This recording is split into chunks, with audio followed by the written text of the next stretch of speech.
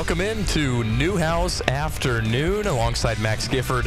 I'm Nico Horning. Happy to be with you on this Thursday afternoon. We got a lot to cover today. We have some March Madness discussion for the weekend. We got Syracuse men's basketball transfers coming to school. We have a new baseball team in Sacramento, which I am hyped about. Nobody knows. I knew you were going to bring that up immediately. And we'll get into that in a second. And we also have a special guest joining us at 2:30 Eastern time today, Andrew Catalon. We had him on a few weeks ago, but Andrew Catalon will be joining us again here on the show today to kind of recap his March Madness broadcast so far, which he got a lot of good games. Let's just say that. We'll leave it for the conversation. First time recurring guest, Andrew Catalon. We've never had a recurring guest on our show before, so very true. Exciting times for us. Excited about that. He presented the opportunity on the show.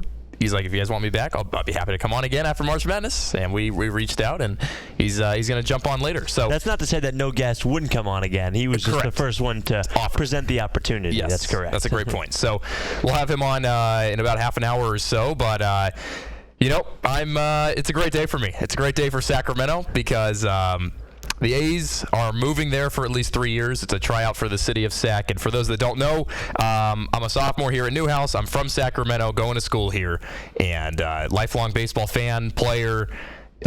Baseball's in my blood. I've always dreamt about a team going to Sacramento to play, and today is that day. I am absolutely thrilled. I'm hyped. And for anyone that wants them to stay in Oakland, I understand. I get it. But we got to move on at some point. They got to find a place to stay, and Sacramento's an hour and a half from Oakland.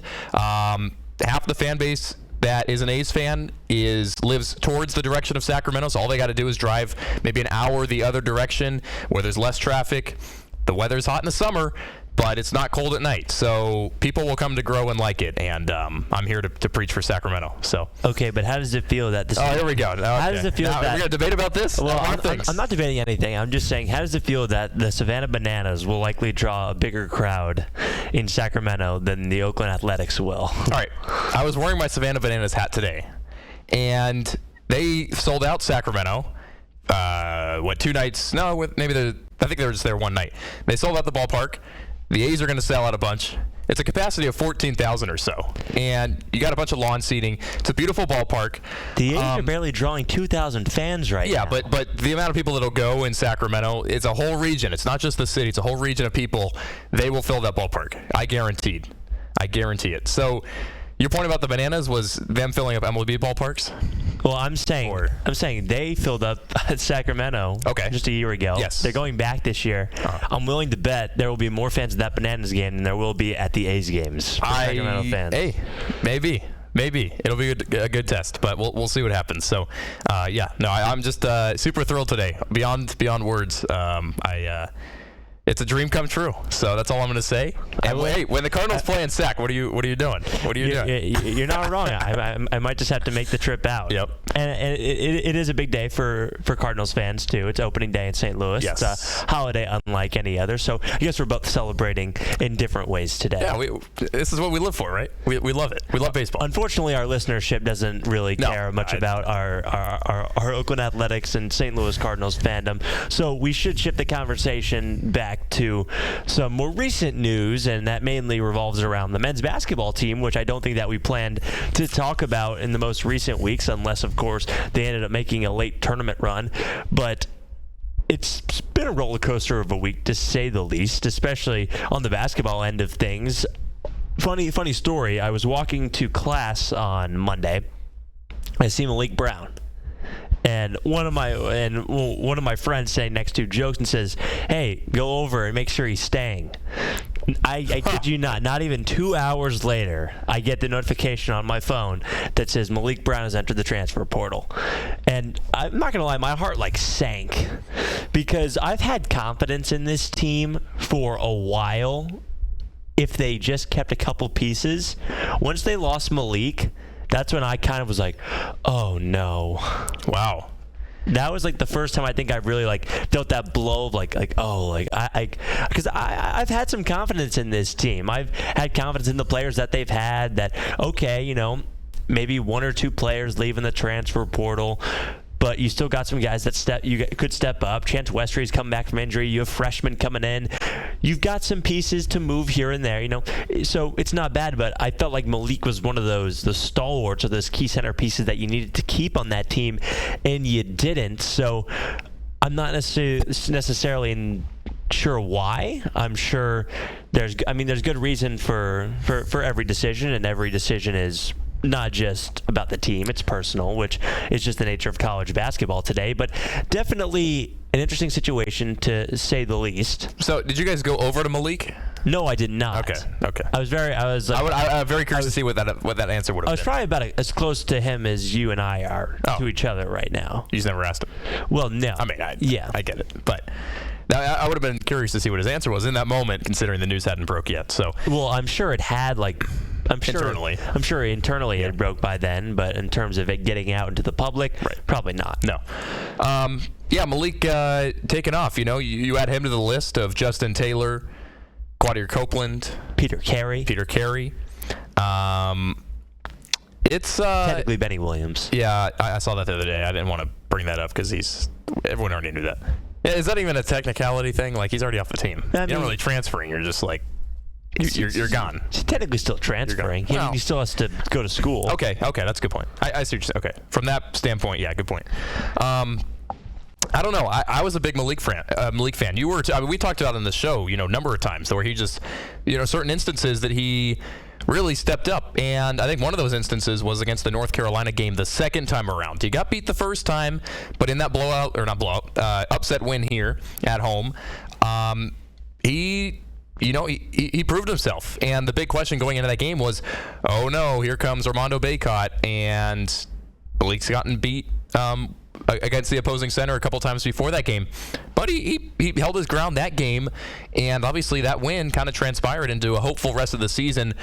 Didn't end up in a March Madness spot, but there was some positivity to end the year. And I think Malik had a big impact on that. Look, he could have been the guy that replaced McLeod earlier in the year and been bad, Not a lot of guys can do what he did to withstand a lot of those taller ACC centers, and I thought he was very good at doing so, and I thought he was going to have another good year at Syracuse next year. But, it is what it is. It's the new age of college athletics. Your team's going to change every year. So he's gone.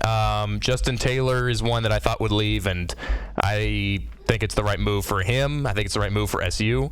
And then Quadir Copeland, energy, right? He's the guy that brings you the energy off the bench, vibes, right? But I don't know. Maybe they were just looking for something a little more consistent. He had his spurts, obviously, where he came off the bench and produced really well, but he probably wanted to take that somewhere else where he could have a little bit more of an opportunity. So it is what it is.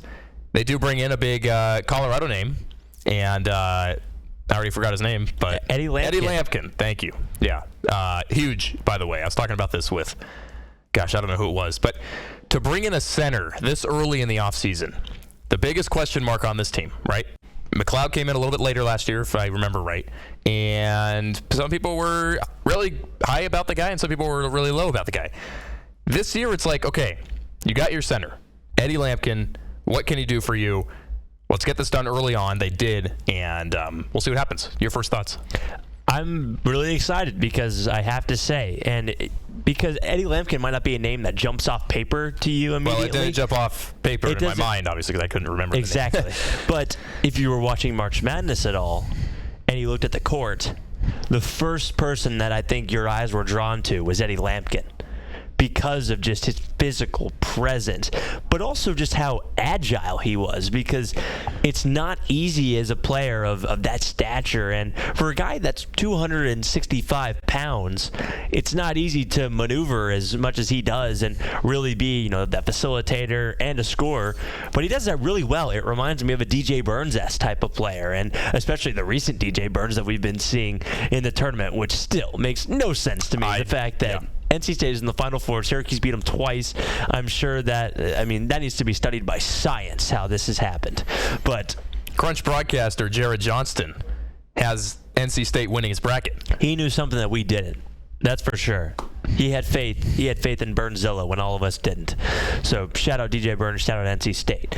But so going back to Lampkin, he's a guy that really, I would say, kind of has that command presence and is a guy that you can really rely on. I mean, a guy like McLeod, who I think everyone's kind of gone back and forth on, because it's the best of both. It's not that you get both ends of the spectrum when talking about McLeod, because you immediately look at, okay, well, he's a good presence because he's 7'4" on the court, but then you have people who will say, well, he doesn't know how to play basketball and he can't actually do any of the fundamentals. He is just tall. Yep. So you're going back and forth on that. Whereas with Lampkin, 6'11", that might not be 7'4", but it still presents an opportunity to, I think it's great. To add, Malik was 6'9", 6'10". 6'9". I was going to say 6'9" if we're maybe 6'9", yeah. I mean, if on a good day. On a good day, 6'9", 6'10". Lampkin is like you can just tell he's a big guy, and he's going to come up in those big moments, get those gritty scores. He's not going to be that point guard that necessarily does that high volume of scoring, but he's a guy who can get down, get dirty, get the rebounds. Here's the difference. Yes. You alluded to it a minute ago, but Eddie Lampkin has the experience now. He's been on a March Madness team at Colorado. And any sort of team where you enter the tournament, you know what it's like to get there. You know what the path is like. You know what it's like mentally. And I think if he can bring that to the rest of the team and say, hey, this is what it takes.